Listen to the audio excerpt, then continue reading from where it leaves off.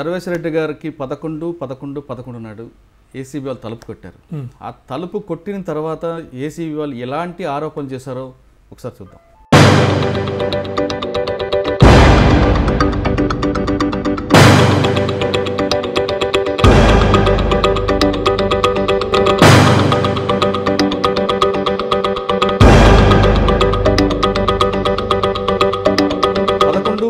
పదకొండు సర్వేశ్వరరెడ్డి గారికి మర్చిపోలేని దినం అది జీవితంలో.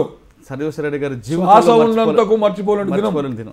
ఆ రోజు ఏసీబీ వాళ్ళు ఉదయాన్నే వచ్చి కుటుంబ వ్యవస్థను జీవన విధ్వంసం చేసిన దినం.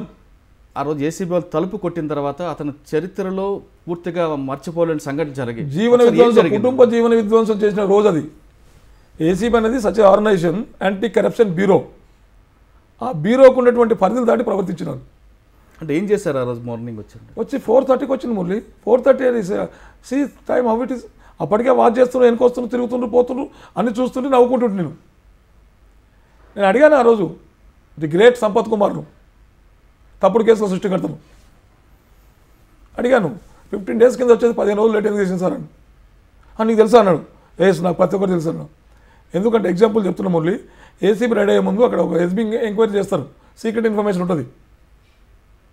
ఆ రోజుల్లో ఒక పోలీస్ ఆఫీసర్ చేశాడు, నాది ఇంకొక రెడ్డి ఆఫీసర్, చాలామంది ఇద్దరిని టార్గెట్ చేసి చేశారు. ఆ టార్గెట్ చేసే రెడ్డి గారు బాగానే ఉన్నారు. ఆయన ఫిట్ కేసు డిఏ కేసు చేయడానికి అని రాస్తే ఆయన వదిలిపెట్టి ఆయనను మళ్ళీ ఏసీబీలో పోస్టింగ్ వేసి ఆయన పునీతులు చేసిండు.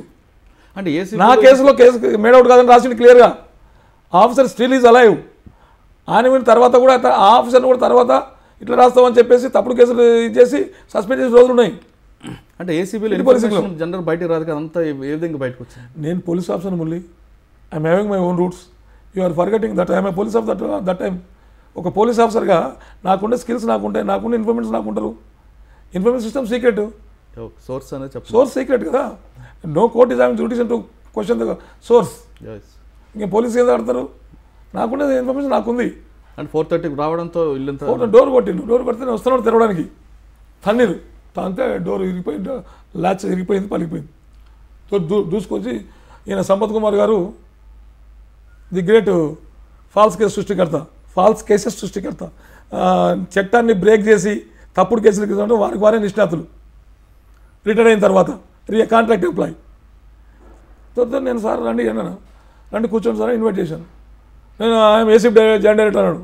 సార్ మీరు అంతకుముందు మీ బిడ్డను పంపించినప్పుడు ఎయిర్పోర్ట్లో పర్మిషన్ ఇప్పించి పంపించినప్పుడు అప్పుడు ఏసీబీ జాయింట్ నాకు గుర్తు రాలేదా? అప్పుడు నాకు తెలుసు, అంతకుముందు కూడా తెలుసు. Why are introducing your self identity అని నేను అడిగాను. ఆయన గమనించండి ఏదో అగ్రెసివ్గా అనిపిస్తున్నట్టు.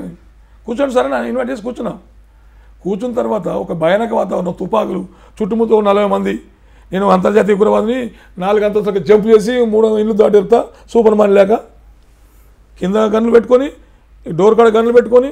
నన్ను ఏ విధంగా ఊహించుకున్నాండి వాళ్ళు? పెద్ద నటోరియస్ క్రిమినల్ గ్యాంగ్ కూడా అంత మేము చేయలేం. లోన గ్యాంగ్ ఉంటుంది. ఏసీబీ వాళ్ళు తుపాకులతో ఎక్కడ వచ్చారు, దాఖలు ఉండవు. మళ్ళీ ఆ రోజు వచ్చిన తుపాకు, ఇది ఏసీబీ వాళ్ళ తుపాకులు వేరే ఉన్నాయి కదా. వచ్చారు, వచ్చినాక ఇంకా చిల్లర బల్ల చేసిన మొత్తం సామాన్లు అది డికామ్ చేస్తారు. డెకైటీ గ్యాంగ్ జరిగితే డికామ్ చేస్తారు చూడు మురళి, బురి వదిలేసి ఇట్లా అవన్నీ వేసుకొని అంతా వేసుకొని కూర్చొని లెక్కలు కట్టుకుంటూ పిక్కలు కట్టుకుంటా ఆ పక్కన వాళ్ళు పోయి రాస్తారు panchnama has to write in front of the accused person. ఏవో ముందు రాయలేదు. Did they write? అతను సీడీ ఉంది, రాశారా? లేదు, పక్కన వాళ్ళు పోయి రాస్తారు. నేను చెప్పకుండా వాళ్ళు అంతకుముందు తీసుకొస్తారు జిరాక్స్ కాపీలు, అవన్నీ ఎంట్రీ చేసి రాసాను మురళి. ఇక బలంతంగా సంతకం పెట్టించుకుంటారు. రాసి ఏం దొరకలే మురళి, ఏమీ దొరకలే వాళ్ళకు. మీరు చూడండి, మీరు విజువల్ తీస్తురండి.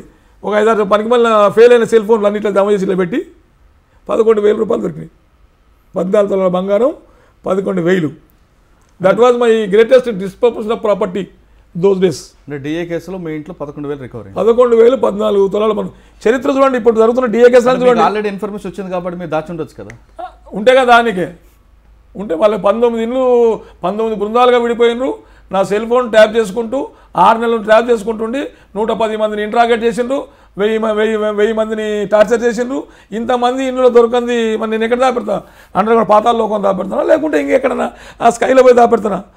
ఇంద్రజిత్తో దోస్తానం చేసి లేదు కదా. ఆ రోజు రికవరీ ఎంత అయిందండి? 11,000 11,000 రూపాయలు, only 11,000 rupees, only 14 tolas gold. నేను డాక్యుమెంట్ ఎవిడెన్స్ చూపిస్తాను. మాదాపూర్లో ఒక బిల్డింగ్ ప్రాపర్టీస్ చాలా ఉన్నాయని చూపించారు, పాలమాకులో భూమి ఉందని. Exactly Murali, exactly. రిమాండ్ డైరీలో 47 ఐటమ్స్ రాశారు మురళి. 47 ఐటమ్స్ ఈ అన్ని బినామీ అని రాసుకుంటూ వచ్చి ఒక ఐటమ్ ఉంది గ్రేట్, అది నేను చూపిస్తాను. రాస్తే నేను 25 ఇయర్స్ సర్వీస్, 26 ఇయర్స్ సర్వీస్ అయింది మురళి, 28 ఇయర్స్ సర్వీస్. నాకు మోర్ దెన్ 1 crore ప్రాపర్టీ ఉంటేనే వాళ్ళు కేసు రిజిస్టర్ చేయాలి మురళి. అంతకన్నా ముందు వీళ్ళు ప్రిలిమినరీ సోర్స్ రిపోర్ట్ ఉంటుంది, వీళ్ళకు పిఈ అంటారు, ప్రిలిమినరీ ఎంక్వైరీ రిపోర్ట్, పిఈఆర్ అంటారు. ఆ రిపోర్టు అది ఫేకు. కేసు కట్టమని ఎంత ఉంది మీకు? 20 lakhs అయిందా? 27 lakhs నా original property with intimated permissions everything ఉంది, గవర్నమెంట్తో ఇంటిమేట్ చేసి యాజ్ అంటూ అప్పుడు రైడ్ అయ్యే వరకు. అది కేస్ కాదని చెప్పేసి మాదాపూర్ ఇల్లు అంటే మాదాపూర్ ఇల్లు మామయ్య, ఒక అగ్రికల్చర్ ప్రొఫెసర్ బ్రదర్ ఇల్లా, వాళ్ళందరూ కొనుక్కున్నాయి మురళి. కొనుక్కొని లోన్ తీసుకొని కట్టుకున్నారు. అంటే పోలీస్ ఆఫీసర్ కానీ ప్రభుత్వ ఉద్యోగం కానీ ఎవరు బంధువులు నీలాగా ఫ్రెండ్స్ నిన్ను కూడా పరిశీలించిన రోజులు ఉన్నాయి. నీ చిన్నపల్లి జైలు ఎందుకు పోయినావు నాయన, సర్వీస్ రెడ్డి కలిసి వచ్చిన పరిశీలించిన రోజులు నాకు తెలుసు. అది నీకు చెప్పకుండా నాకు తెలుసు. అక్కడ రిపోర్టర్ పోతే మురళి ఉన్నాడు, ఇంకొక మురళి జ్యోతిలో మురళి ఉన్నాడు, ఆ మురళి కూడా ప్రశ్నించిండు. రిపోర్టర్ని ప్రశ్నించడం, ఆడికి పోయిన వాళ్ళందరూ వేధించడం. చిన్నపల్లి జైలు పోయిన తర్వాత ఒక పేపర్లో క్యాప్షన్ వచ్చింది మురళి, రిమాండ్ చేసినాక జైలు దగ్గర ఉసుక తెలితే రాలన్నటువంటి జనం ఉంది. అంటే ఒక కరప్ట్ ఆఫీసర్కి అంతమంది జనం వస్తారండి? బాగా అయింది ఉండవడానికి అంటారు. ఇసుక చల్లితే రాళ్ళంత జనం వచ్చిందని ఇదే పేపర్లు రాస్తాయి. మళ్ళీ అదే పేపర్లు ఏం రాస్తాయి? ఈ ఫాల్స్ ఇన్ఫర్మేషన్ ఏసీబీ వాళ్ళు the great Sampath Kumar Reddy feed చేసినటువంటి ఇన్ఫర్మేషను ఏం రాస్తాయి? 500 కోట్లు 400 కోట్లు ఆయన ప్రభుత్వాలని శాసిస్తాడు, గవర్నమెంట్ కింది మీద చేస్తారంట అని కోర్టులో చెప్తారు వాదనలు. ఇది స్వచ్ఛ పవర్ఫుల్ పర్సన్ గవర్నమెంట్గా ఇది అని చెప్తారు.